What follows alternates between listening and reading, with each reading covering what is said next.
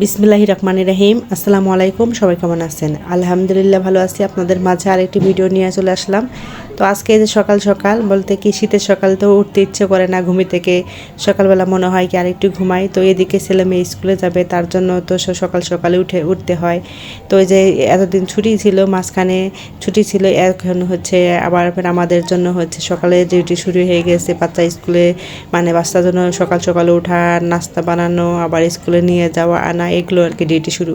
তো যাই হোক, এই যে সকালবেলা নাস্তা বানালাম হচ্ছে গিয়ে আমি একটা ডিম ভেঙে দিয়ে কিন্তু হচ্ছে আটা গুলিয়ে নিয়ে পরোটা মতন করে ভেজে নিলাম। এটা কিন্তু তাড়াতাড়ি হয়ে যায় বেলাবেলি ছাড়াই।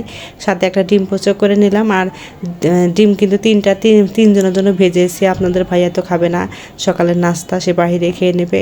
তো এই যে একটাই দেখালাম আর কি। এরপর হচ্ছে আমি একটু চা খাবো। তো ভাবলাম যে আমি যেহেতু একাই খাই চা, তো ওরা খাবে না। তো এই যে আমার জন্য একটু মানে নাস্তা বানিয়ে নিয়ে খাওয়া দাওয়া শেষ করে তারপরে আসলাম হচ্ছে যে রুম গোছাতে। তো আমার যে সকালবেলায় হচ্ছে ভাবলাম যে আজকে রুম গোছানোর আগে আমি খাওয়া দাওয়া করে নেই।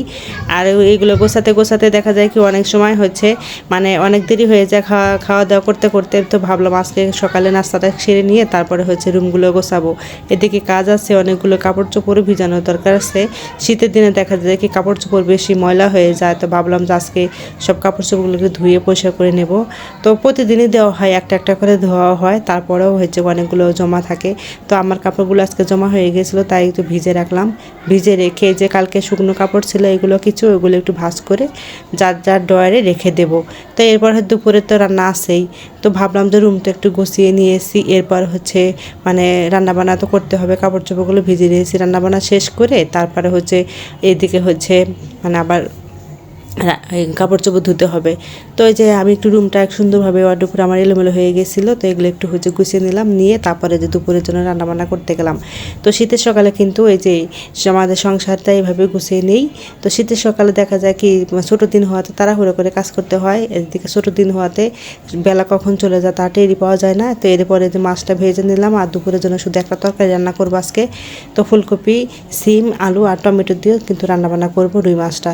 তো যাই হোক, তরকারিটা ঝোল দিয়ে দিলাম। দেওয়ার পরে যে দেখেন বলক আসছে, এখন হচ্ছে মাছগুলো দিয়ে দিব।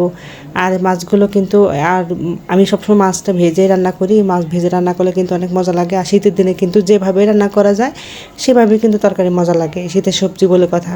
তো যাই হোক, এই যে দেখেন আমি এখন মাছগুলো দিয়ে দিলাম, দিয়ে বলক আসছে। এরপরে যে ধনেপাতা আর হচ্ছে হাতের কাছে বডি ছিল না, ছুরি ছিল না, ভাবলাম একটু হাত দিয়ে কেটে কেটে দিই।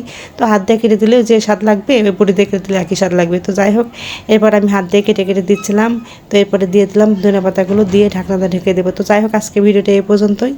সবাই ভালো থাকবেন, সুস্থ থাকবেন। আল্লাহ হাফেজ।